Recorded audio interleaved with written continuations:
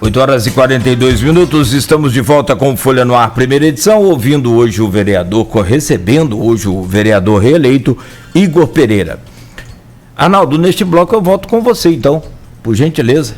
Ah não, é com você, Luiz? Deixa eu só fazer a pergunta, que estava no bloco anterior na pré-pauta e a gente acabou não tocando. Tá. Muito passando. Tá, por favor então. Não é novidade para ninguém. A Folha, de julho a setembro, fez 11 painéis, ouvindo 34 representantes da sociedade civil organizada, inclusive vereador e ex-vereador, mas empresário, sindicalista, antropólogo, sociólogo, economista, especialista em finanças, 34 pessoas bastante relevantes da sociedade.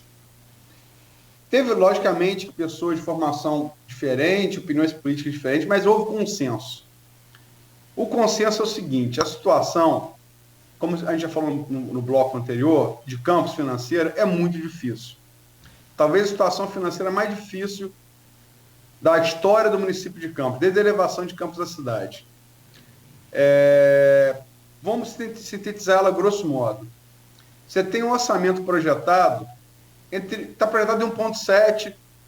Por exemplo, o professor Hamilton Garcia, economista da UENF, estudioso da realidade econômica, não só de Campos, como da região, com muita intimidade com os números, falou que esse orçamento pode chegar a 1,5 bilhão. O outro economista, diretor da UF Campos, professor Roberto Rosendo, disse que a crise financeira que se avizinha nacional, esse 1,5 é otimista. Mas vamos lá, 1,5 ou 1,7. Você tem uma projeção de gastos para o ano 2021 de quase 2 bilhões de reais. Desses 2 bilhões, quase 2 bilhões, 1,1, isso é certo, só com folha de pagamento do servidor. A pergunta é como fechar a conta e como, independentemente do vencedor ser Vladimir ou Caio, como Câmara e Poder Executivo tem que trabalhar juntos para tentar fechar essa conta. Nós vamos ter que iniciar deixando para trás discussões políticas, discussões de grupo, discussões partidárias. Foi o que eu te falei. Ou nós vamos olhar Campos, ou a história do ganhar perdendo. Mas fulano, o Vlad ou o Caio vai ganhar a eleição. Pode estar encerrando a carreira política de um e de outro também. Porque nós vimos aí o que passou. E aí? Eles são novos, né? Os dois. Eu tenho certeza que eles têm projetos políticos futuros. Mas eles podem estar também correndo o risco de encerrar o projeto político deles. Onde eu te falei da história do quebrar retrovisor. E aí a questão orçamentária vai ter que ter uma articulação muito grande. Eu acho que o Legislativo vai ser um parceiro nisso, buscando dinheiro novo, buscando emendas, ter uma força política de Campos ligada ao governo do Estado, governo federal. Tem que ter união. Vamos juntar a Câmara toda. Seja os 25 vereadores, cada um buscando seus partidos, os seus deputados, aí buscar emendas. Não é isso que vai resolver o problema da cidade, mas eu te garanto, vai ajudar muito. Então, a dificuldade realmente existe. Então, mas foi o que você falou, eu já ouvi você falar isso diversas vezes. Com união, já é difícil. Você imagine sem. Igor, nós estamos aí numa eleição de segundo turno que está começando com os nomes de Vladimir e Caio, mas nós já colocamos isso. Há uma ação, movida inclusive pelo seu grupo político, ainda a ser julgada no TSE. Se esse julgamento acontece antes do dia 29, antes da eleição, o terceiro colocado, que é o candidato Bruno Calil, candidato do seu grupo, seria alçado ao segundo turno. Seu grupo político está pronto para isso? Está articulado para isso? Como enfrentar uma mudança dessa que que o seu grupo pleiteia na justiça, caso seja positivo para vocês? Não. Projeto político é isso. Preparado, nós estamos muito. Estamos muito preparados, como nós estávamos preparados no primeiro turno. Mas a política é assim. Você ganha, você perde. Tem um ganhar perdendo, tem um perder ganhando, tem vários movimentos. Estamos preparados sim, vamos trabalhar muito.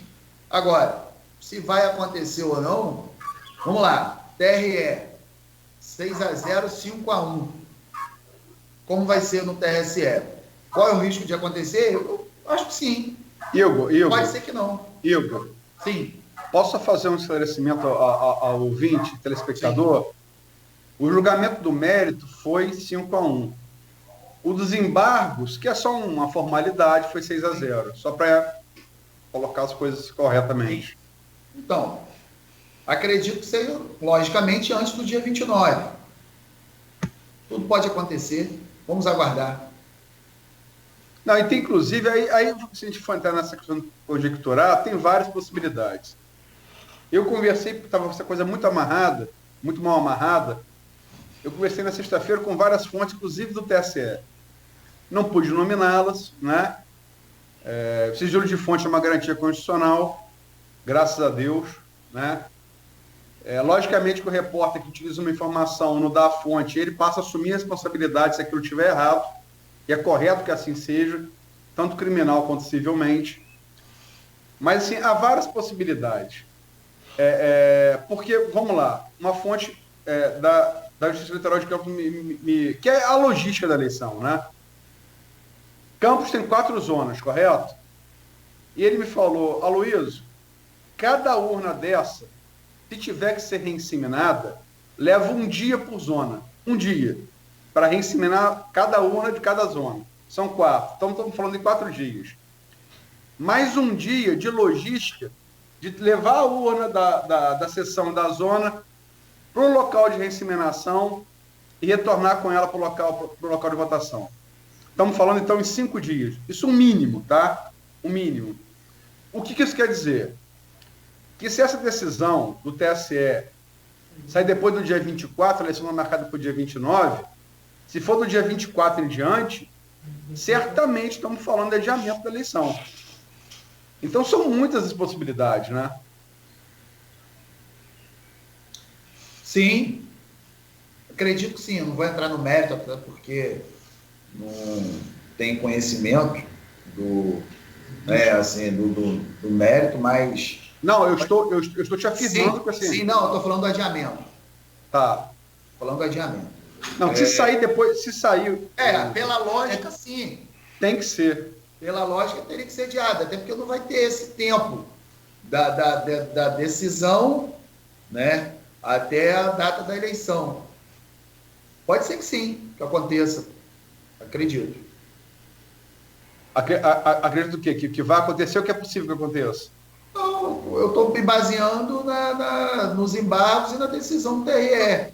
5-1, 6-0. Ah, mas no TSE pode ser que aconteça também? Seguindo o TRE? Pode, lógico que sim.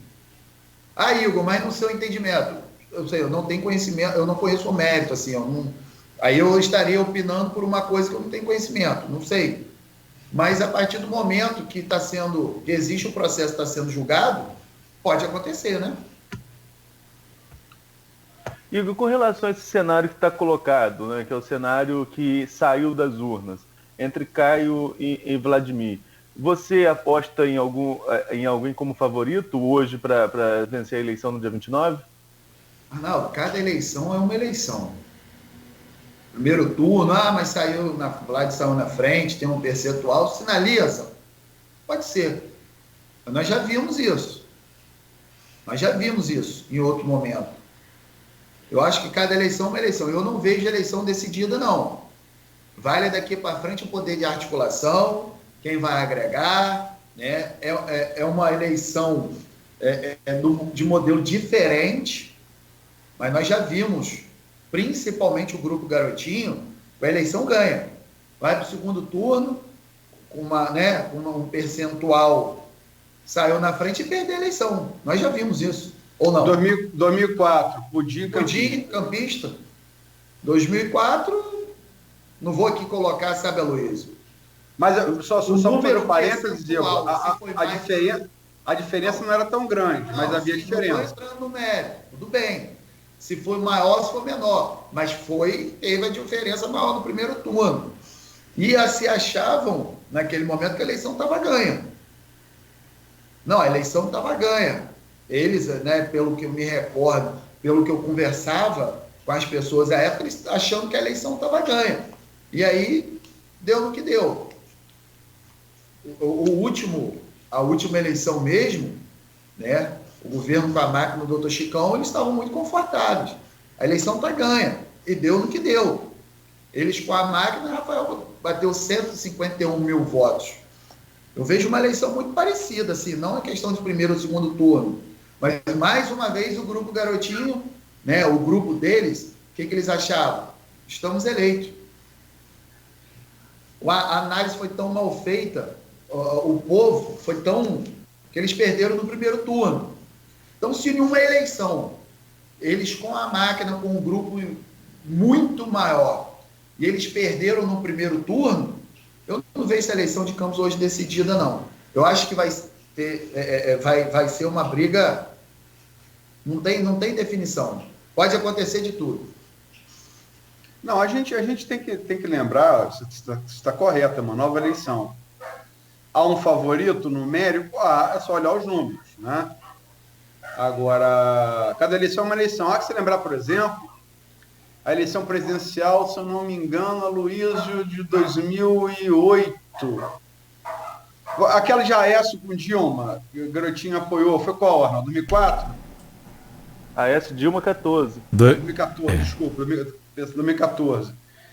Alckmin teve menos votos no segundo turno presidencial, alguns acreditam até o apoio de Garotinho, isso, do que teve no primeiro. Então, quer dizer, é difícil, mas já aconteceu, inclusive para presidente da República, né? Eu entendo também que um fator que vai influenciar muito o segundo turno é a questão da rejeição. É um fator que vai influenciar muito. E aí, então, ou seja, tudo pode acontecer. Não tem eleição ganha, não. Não tem eleição ganha. Vai ter que... Vamos aguardar mais um pouco se esses últimos dias aí serão decisivos. Mas continuo dizendo, o fator rejeição vai influenciar muito nessa eleição do segundo turno. Não, o fator rejeição influencia qualquer eleição do segundo turno em qualquer lugar do mundo.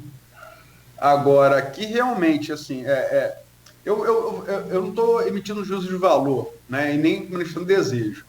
A questão é aritmética. Caio precisaria, para ganhar a eleição, de 22 pontos percentuais. Ganhar 22 pontos percentuais hoje, são já 14, 13 dias, é realmente uma tarefa muito difícil. É impossível? Não, não é impossível. Mas é realmente uma tarefa difícil. Agora, vamos falar no que pode significar, e aí sim sua opinião fundamental, a alteração desse quadro ou não. Para onde vão os votos do seu grupo político? Né, que foi o terceiro mais votado, e volto a repetir, o responsável pelo segundo turno da eleição. Na sua opinião, e aí eu quero a sua opinião, enquanto você, Igor, e enquanto analista político, para onde vão esses votos e por quê? Aloysio, logicamente, eles vão estar dialogando. Eu não sou a pessoa mais indicada para falar para onde vão migrar os votos do grupo. Eu acho que eles vão estar dialogando. Eles vão estar dialogando e aí vão ver, o nosso grupo vai ver o que é melhor para Campos. Logicamente terão discussões políticas de grupo, mas eu confesso a você que eu não tenho essa informação, até porque nós retornamos o diálogo ontem. Logicamente vamos estar conversando a partir de hoje.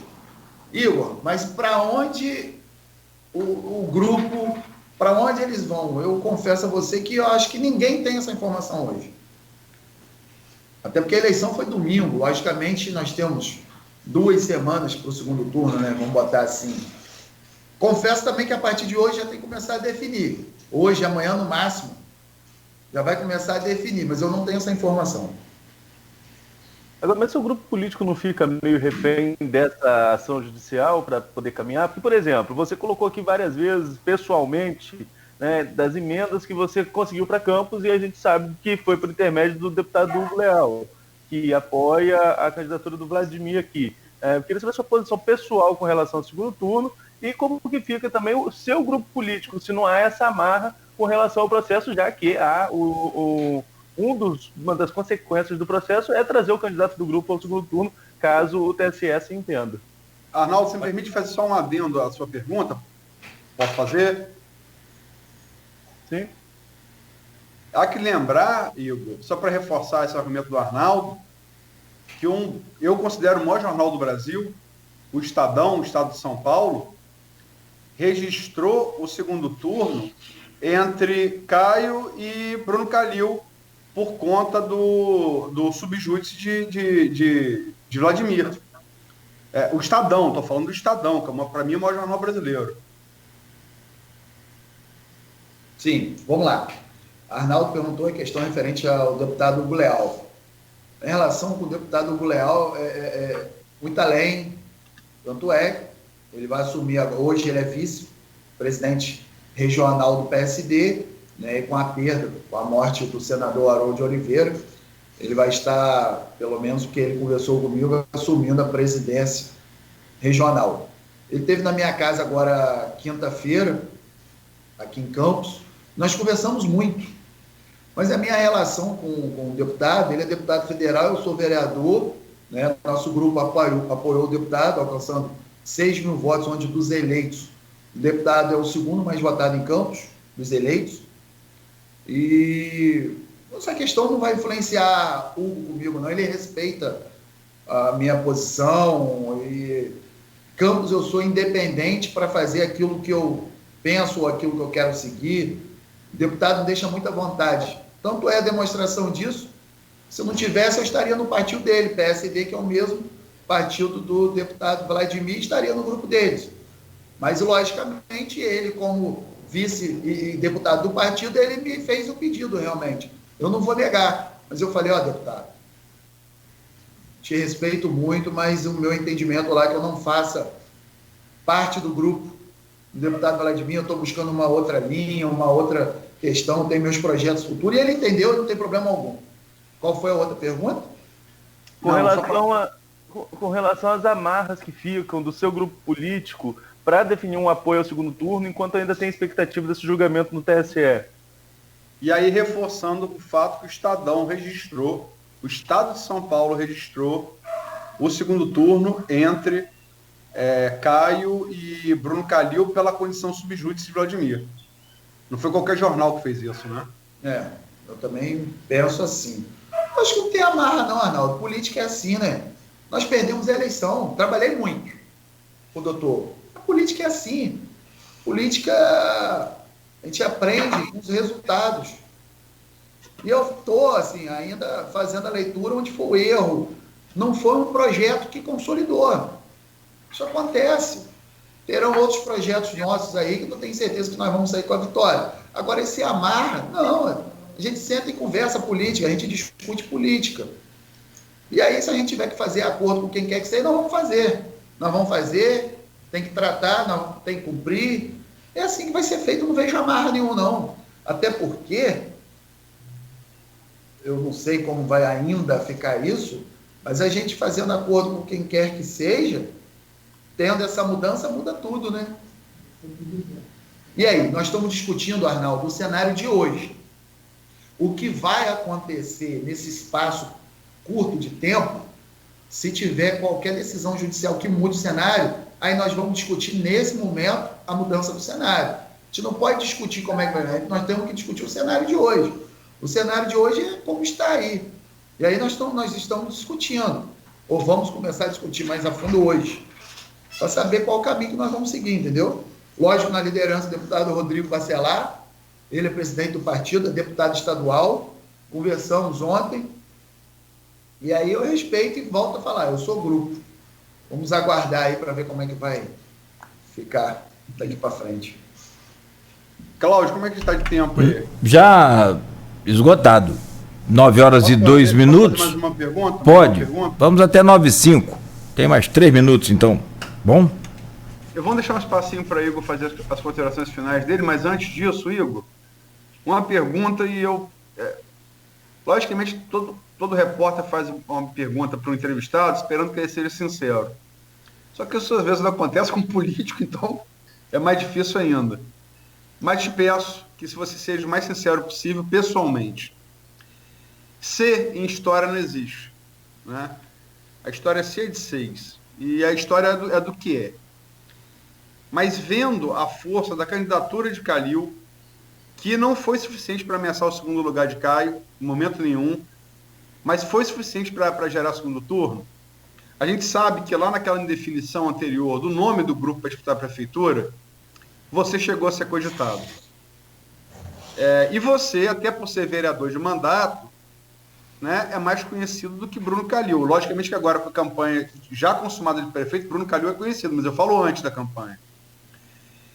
Pessoalmente, você chegou a se arrepender de não ter aceito a candidatura a prefeito para se lançar a vereador? Não me arrependi, não. E essa questão do sincero, eu sou sincero. Tem coisas que, por movimentos políticos, ou a gente não... Tudo tem seu momento, né, Luiz? Tem momentos que a gente é estratégia, e nós temos que usar, não é a questão de ser sinceridade ou não. É o jogo. Existem momentos. Mas eu não me arrependi, não, de ser que realmente meu nome foi cogitado, né? E aí, por questões de projetos futuros, eu entendi que não era o momento. Acho que eu deveria buscar mais uma experiência. Eu acho que um segundo mandato vai ser muito importante para mim. Fiz agora 39 anos de idade. No meu entendimento, eu não tenho dúvida disso, saí muito vitorioso dessa eleição. Se você buscar, eu fui o 4º mais votado. Se você buscar primeiro, segundo, terceiro, grupos, né? Estrutura, questão no sentido de quem está apoiando as candidaturas, e eu não tive isso. Eu acho que o nosso grupo saiu muito fortalecido dessa eleição. Eu acho que um futuro, quem sabe, mas hoje não era o momento, no meu entendimento, discutir internamente com minha família e meu grupo, e entendi que não era um momento. Então, e vejo também como o nome do Calil, eu acho que foi um ótimo nome, mas confesso que ficou um espaço de tempo muito curto para o doutor estar levando mais a fundo as propostas deles, andar o município, mas eu acho que foi um ótimo nome.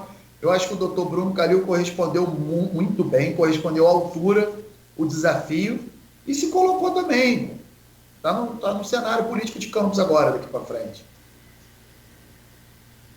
Bom, são 9 horas e 5 minutos. Algo mais aí, Arnaldo? Podemos fechar, então, e agradecer ao senhor, vereador, pela presença aqui em videoconferência e deixar esse tempinho final aí, esse minuto final, para que o senhor possa fazer aí as suas considerações.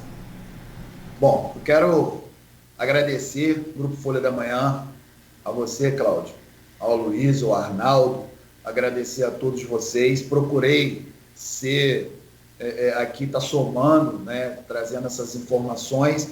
Quero dizer que vocês podem esperar do Igor Pereira muito trabalho, muita dedicação. Eu sou muito dedicado. Costumo dizer que eu sou apaixonado pelo que eu faço.